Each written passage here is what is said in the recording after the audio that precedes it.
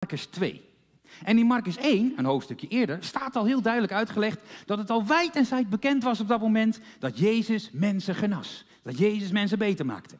Dus ja, kom je daar aangelopen met iemand op een brancard of een matras of wat het ook maar was. In ieder geval heel duidelijk ziek.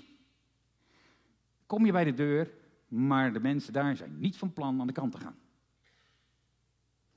Wat doe je dan? Volgens mij is dat een mentale uitdaging. Want dan heb je de keuze.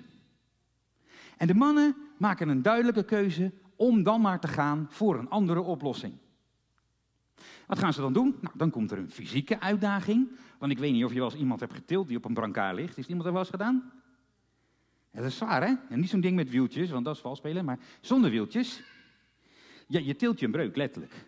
En dan moesten er natuurlijk ook nog 2 mensen, want ze moesten een trap op. Dus dat betekent 2 mensen onder hun macht tillen en 2 mensen boven hun macht tillen.